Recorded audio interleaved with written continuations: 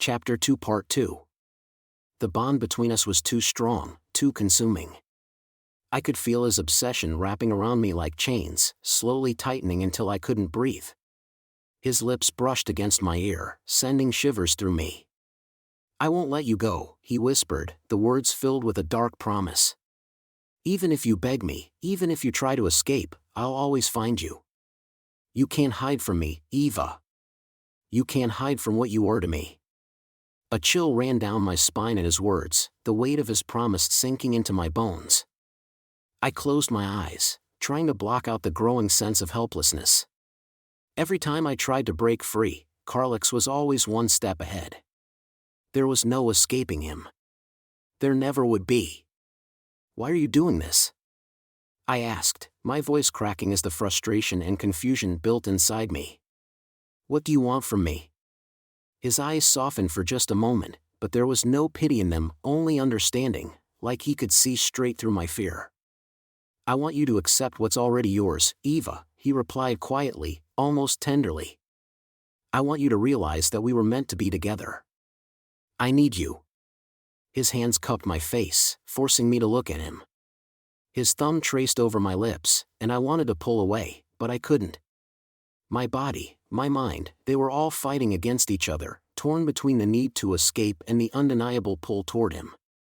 Carlix tilted my chin up, his lips brushing against mine in a kiss that felt like fire and ice all at once. It was deep, consuming, and as much as I wanted to resist, as much as I hated it, I found myself responding. It was as if my body had a mind of its own, betraying me in the worst possible way. "Tell me you don't want me," he whispered, his breath warm against my lips. "Tell me you don't feel this, Eva." His lips were on mine again before I could respond, and the kiss was even more desperate, more demanding. I could feel the hunger in him, the desire to possess me in every possible way. His hands slid down my back, pulling me closer, and I could feel the hardness of his body pressing against mine. A wave of panic washed over me, but I couldn't pull away. His grip was unyielding, and his body was a cage, trapping me in this twisted, chaotic connection. I wanted to scream, to tell him to stop, but the words never came. I hated how much I needed him, how much my body responded to him. "Please," I whispered, my voice barely audible. Don't do this to me."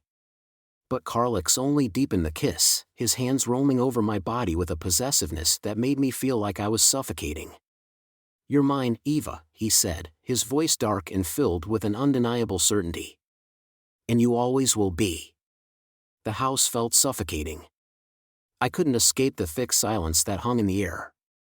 Carlix's presence loomed over me like a shadow, his obsession a constant reminder that my life was no longer my own.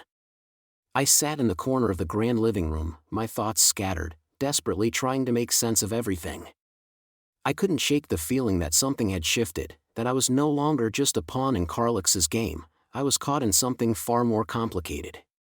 As I tried to focus, memories of my family crept into my mind, pushing me further into the chaos of my emotions. I could almost hear my mother's voice in my head, the way she always dismissed my feelings. "You're nothing, Eva. You were never meant to be anything more than a pawn in someone else's game." Her words rang like an echo from the past, a constant reminder of how worthless she had made me feel. My mother had never cared about me.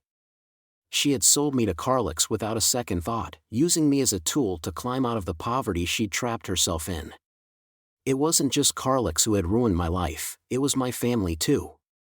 My real family, the one I had grown up with, had abandoned me long before I even knew what betrayal was. I shook my head, trying to clear the thoughts that were threatening to drown me. I couldn't think about them now. Not when Carlix was in my life, not when everything was twisted beyond recognition. Just the thought of him made my pulse race. I was trapped in a nightmare, but the worst part was that I couldn't escape. "Eva," Carlix's voice cut through my thoughts, pulling me back to the present. "You're lost in your own mind again. You think too much." He walked toward me slowly, his footsteps echoing in the vast room. "You know, it's not good to be alone with your thoughts.